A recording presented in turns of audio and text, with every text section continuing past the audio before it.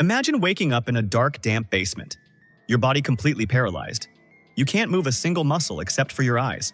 Then, a cold hand grips your wrist. Out of the shadows, a vine-like tentacle slowly crawls up your arm, wrapping tighter and tighter. Its surface feels like a living chainsaw, and before you can even scream, it saws straight through your arm. That chilling moment sets the stage for our story. We meet our main character, May, a fitness enthusiast who's obsessed with staying in shape. Her best friend, on the other hand, prefers a calm, laid-back lifestyle. One day, May steps into court to represent a domestic violence victim. But despite her determination, she loses the case due to a lack of solid evidence.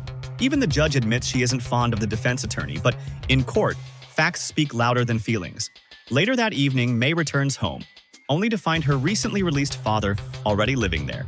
He wasn't supposed to move in for another week, and worse, he's called an escort over to her house. Disgusted, May lays down strict house rules, but her father snaps back, accusing her of having no right to judge when her own personal life is a mess. She stays silent, partly because he's right. She's secretly involved with a married police chief.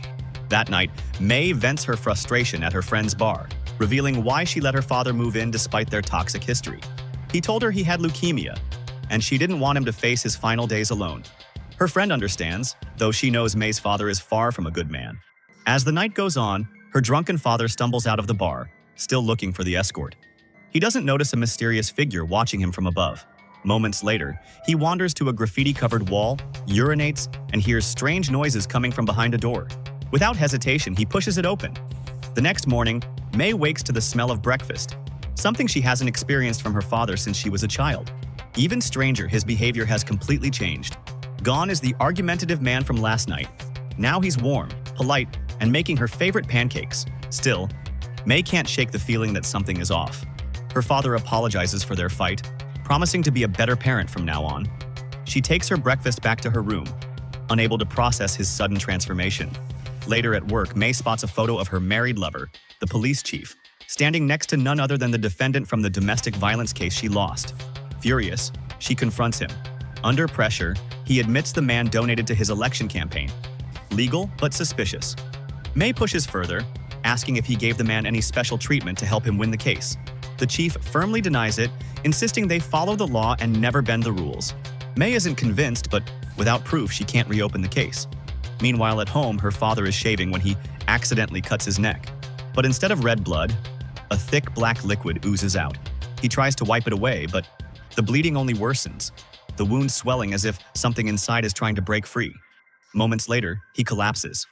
May hears the noise and rushes in, only to find her father dead. She calls the police, and her lover, the police chief, responds to the scene. The medical examiner determines the cause of death isn't clear and takes the body in for a full autopsy. During the examination, the pathologist discovers something shocking. Inside her father's body is a strange, miniature creature, wrapped in sticky black fluid. It's nothing human. Even the experienced doctor has never seen anything like it. Nervously, he records his findings, then calls in the police chief to listen to a strange sound captured during the autopsy. The chief can't make sense of it, but the pathologist has a chilling theory. This isn't just a mutated organ. It might be a biological tool for communication. And if he's right, it could mean that some unknown creature is infiltrating our world. If it spreads, humanity could be doomed. The chief, however, remains skeptical. For now.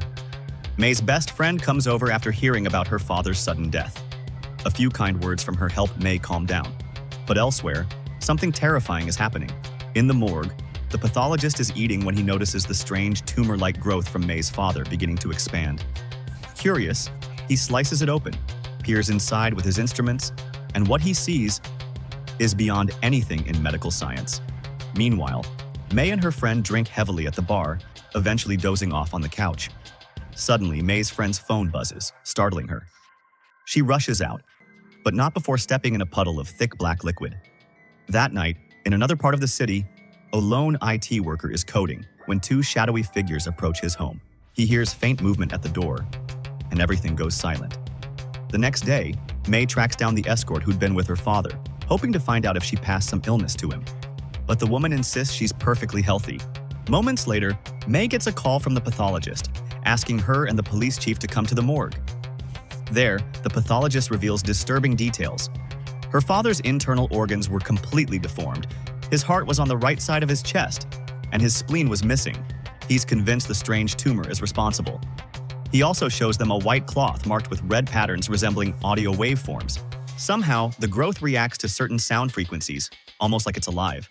Later, May visits her friend's bar to ask about the strange night she left so suddenly. The friend acts distracted, and May notices her sneakers are stained with the same black gunk she saw before. Her friend claims it happened in the basement. That evening, May receives a call from the escort again. She says May's father had sent her several voice messages the night he died. May listens. They're all filled with fatherly concern, nothing unusual. But then May spots her father's shoes in the corner, coated in that same black slime. She immediately tells the police chief. When the chief visits the bar, he casually asks May's friend if her father had been there before. She denies it, but when he requests to see the basement, her nervousness spikes. As he turns to leave, the sound of a video game machine drifts from below. The chief freezes. He's heard that exact sound before, in the background of a voice message from the night before May's father died. He gives her one last chance to explain. This time, she smiles. A cold, sinister smile. Two large men suddenly appear, overpowering the chief in seconds. She kicks him into unconsciousness. When he wakes, he's tied to a table. May's friend stands over him, removing her shirt. She slides her fingers deep into his ears, rupturing his eardrums. Then her eyes turn pitch black, and a long, sharp tentacle emerges from her navel. She screams, the sound shaking the ground until loose pebbles arrange themselves into a strange symbol. In moments, she becomes heavily pregnant, and in seconds more, gives birth to a creature wrapped in a membrane. The baby rapidly grows into an adult, an exact replica of the police chief. Meanwhile, May arrives at the morgue with her father's shoes, but finds the pathologist dead, a strange symbol on the wall and blood seeping from his ears. She flees in terror. At the bar's basement, May's real father is tied up. The man who died in her home was an imposter. When May sneaks in, she sees her father being tortured by her friend's tentacle. She tries to escape but is caught by the fake police chief and dragged back inside. Now, her friend reveals the truth. She's not just possessed. This is revenge. Years ago, May's father assaulted her. Broken and suicidal, she stumbled into this very basement and encountered the creature on the wall. It gave her the power to change the world, turning bad people into obedient copies like the fake police chief. She offers May the same fate, to join her, to touch the creature, and help make the world better. May pretends to comply, reaching out, but instead, she caresses the police chief's shoulder, secretly turning on his radio. The loud static triggers a violent reaction. The creature trembles, every transformed person in the room writhing in pain. May seizes the moment, fleeing, but she's lost in the maze-like basement. Her flashlight reveals dozens of captives, chained and covered in blood. With no way to free them, she focuses on survival. She spots a crate of liquor bottles, grabs one, smashes it, and ignites the spill with her lighter. Flames roar through the basement as she escapes. Inside, the creature burns, screaming in agony. May survives, but as she walks away, we see the truth. Something of the monster still lingers inside her.